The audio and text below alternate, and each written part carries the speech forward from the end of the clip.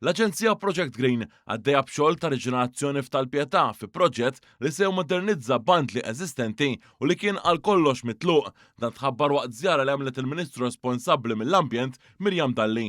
Fuq medda ta' 1570 metru kwadru, dan il-proġett inkludi xogħol ta' tisbieħ u titjib ta' spazju miftuħ eżistenti b'tamir u faċilitajiet aktar moderni. Minn hawn l-entità governattiva diġà neħħiet ma' 800 tunnellata skar tal-kostruzzjoni waqt li x-xogħlijiet inkludu installazzjoni ta' ġibbjun li se jiffaċilita l-irrigazzjoni awtomatika biex l-ispazju jinżamm b'mod sostenibbli fit-tul. Dan il-proġett ukoll wieħed sostenibbli permezz ta' sistemi tal-elettriku li jaħdmu bl-enerġija solari waqt li se jiġu inklużi żoni ġodda għall-lob ta' tfal, bankijiet u mwejjed, passaġġi u aċċessi aktar siguri u moderni. F'dan il-ġnien se jitħawlu aktar minn 40 siġra matura kif ukoll numru ta' arbuxelli biex flimkien ma' siġar oħrajn esistenti isaħħu l-ekosistema u jipprovdu del għal kull min irid iqatta' xi ħin ta' rilassament fil-post. Il-Ministru Dalli spjegat li la darba jitlesta x-xogħol dan l-ispazju se joffri ambjent aktar aħdar, sigur u inklusiv. Dan huwa spazju fil-qalba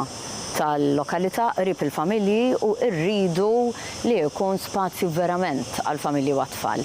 Għalhekk li ser ikun qed jinbidel kompletament b'ħafna iktar siġar, ħafna iktar arbuxelli, bi spazju fejn it-tfal jistgħu jieħdu gost filwaqt li jkunu qegħdin igawdu wkoll post ħafna iktar naturali u jgħaddu kwalità u ħin ta' kwalità mal-familja tagħhom.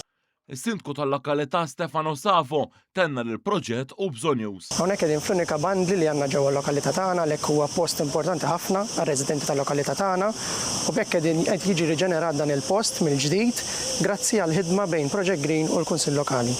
Dan il-proġett u parti mill-iskema tal-Community Greening Grant fejn x-xogħlijiet qegħdin isiru bi sħab bejn Project Green u l-Kunsill rispettiv.